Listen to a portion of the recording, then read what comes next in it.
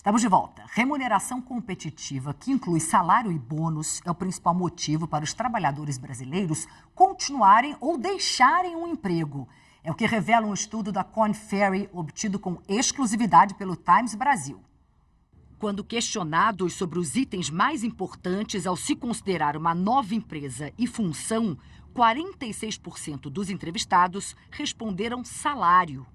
Na sequência, 38% dos trabalhadores brasileiros apontam o horário de trabalho flexível como algo importante na vida profissional. Para 34%, ter oportunidade de aprendizagem e desenvolvimento é crucial. Trabalho remoto, em tempo integral e emprego na área desejada são citados por 23% dos profissionais consultados. A pesquisa ainda revela que os brasileiros também optam por empregos que ofereçam alta estabilidade e segurança profissional. Um ambiente positivo com colegas agradáveis também é citado como fator altamente relevante pelos trabalhadores. Tem vários outros recortes nesse estudo que a gente vai entender melhor com o presidente da Korn Ferry aqui no Brasil, Rodrigo Araújo. Rodrigo, boa noite. Obrigada por ter aceitado o nosso convite. Obrigada pelo estudo aqui com exclusividade no Times Brasil. Você se surpreendeu com algum desses dados? Ou eles vieram bem dentro do que vocês esperavam? Obrigado, Cris. É um prazer e boa noite. Não, de fato, eu acho que a constatação de que o elemento salarial ele foi o prioritário, né, dentro dos respondentes aqui pelo Brasil, ela já era esperada, né? A valorização do seu reconhecimento, a valorização da contribuição que você oferece para a organização, ele continua sendo um fator-chave nesse processo.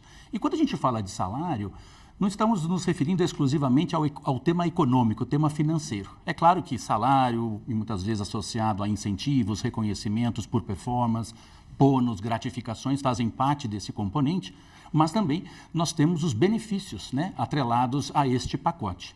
E cada vez mais a gente observa a inclusão de benefícios relacionados a bem-estar, movendo essa agenda ligada aos incentivos. Que benefícios em especial? Aí você fala de benefícios que de saúde, de alimentação, de transporte, ou talvez algumas empresas que tenham academia de ginástica, ou todo um projeto de corrida no parque, por exemplo.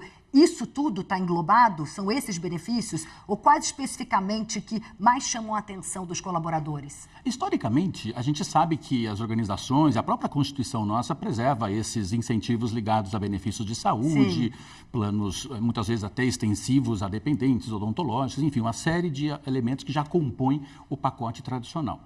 O que a gente observa é que ao longo dos últimos anos, foram inseridos outros elementos que tendem a ajudar melhor essa questão de bem-estar, essa questão relacionada à saúde mental. Então, você falou muito bem, academias, programas eu diria assim, que envolvem, por exemplo, o cuidado da saúde, que transcende o aspecto da organização, muitas vezes também é levado em consideração nesse aspecto. Isso veio muito, na sua opinião, em função da pandemia, esse cenário pós-pandêmico. A gente viu que um dos destaques desse estudo é a preferência de 81% dos trabalhadores por um modelo flexível. Essa discussão veio com a pandemia? Eu acredito que ela se acentuou com a pandemia. A pandemia talvez tenha mostrado um lado que até aquele momento não era tão evidente para as organizações, né? E a própria pandemia despertou muito esse processo do trabalho remoto, das atividades podendo ser conduzidas de forma híbrida e não necessariamente tendo que estar sempre presencial nos ambientes de trabalho. Então, certamente teve um impulsionador oriundo deste processo. Agora, por outro lado, a gente não pode esquecer que os avanços tecnológicos, as transformações organizacionais, elas também promovem novas formas de trabalho. Elas promovem que as organizações e os seus indivíduos nelas inseridos também trazem elementos novos para essa forma de trabalhar. Exatamente, essa forma de trabalhar. A gente vê, tem flexível, metade no escritório, metade em casa, tem gente que fica só em casa, no chamado home office, tem gente que é 100% presencial.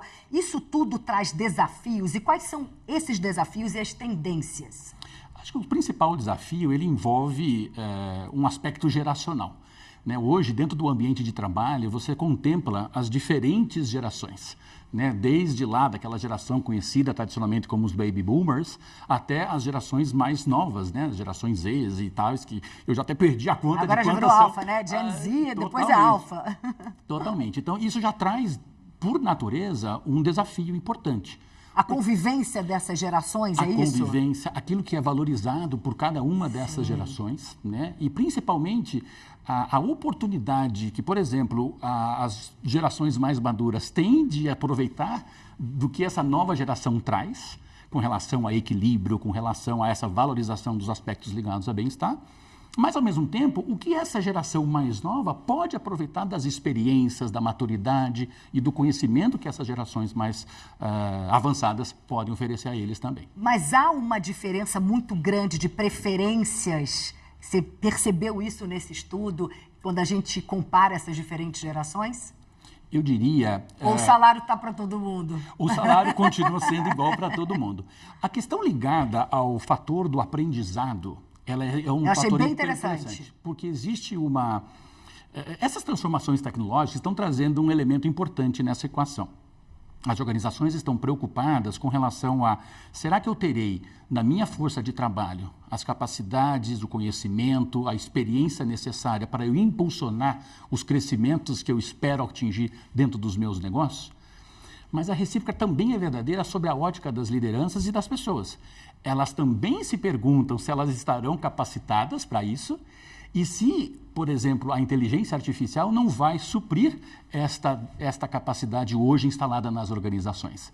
Então, você acaba encontrando alguns desafios na convivência desses elementos, geração e tecnologia. Em relação à inteligência artificial generativa, eu ia te perguntar exatamente sobre isso. Claro, é algo que está aí, que não tem como brigar, veio para ficar. Eu sou uma grande estudiosa e entusiasta de IA. Somos dois. A minha pergunta é a seguinte: você percebe uma resistência maior das gerações mais antigas, mais baby boomers, mais geração X, ou há uma resistência em relação a isso em todas as gerações?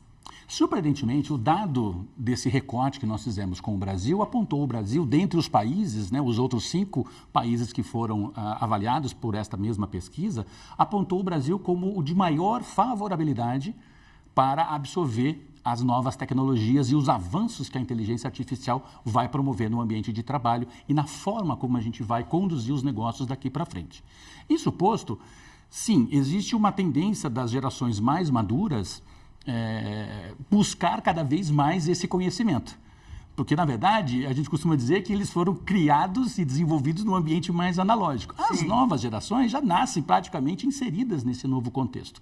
De tal maneira que aí temos uma oportunidade muito interessante das lideranças extrair o melhor de cada uma dessas gerações. E a convivência entre essas gerações? Você percebe que tanto as gerações mais novas, elas realmente querem aprender com as gerações mais antigas, e as gerações mais antigas, elas entendem que, de fato, elas podem aprender algo com as gerações mais novas? Ou existe uma resistência maior de um lado ou de outro? O desafio que a gente tem observado, e acredito que a pesquisa, de uma certa forma, mostrou, o elemento do trabalho, né, do ambiente de trabalho, promovendo cada vez mais essa flexibilidade, esses horários híbridos, tem dificultado, a interação entre essas gerações. Porque enquanto as gerações talvez mais maduras, elas têm uma tendência a privilegiar estar de volta aos ambientes de trabalho, retomar aquele princípio, né, que norteou praticamente todo o desenvolvimento da tua trajetória dentro de um escritório, as novas gerações já têm uma visão diferente. Então, por um lado, a gente observa que existem benefícios atrelados a esse modelo. Por outro lado, existem algumas consequências que a gente ainda talvez não tenha suficientemente informação para medi-las, mas que podem trazer impactos importantes, seja no desenvolvimento profissional, seja no avanço da sua carreira e principalmente em como que você absorve essa experiência que essas gerações maduras trazem. Rodrigo, muito obrigada. Uma aula aqui pra gente. Adorei. Obrigada mesmo. Volte sempre. Boa noite para você. Obrigado. Uma boa noite.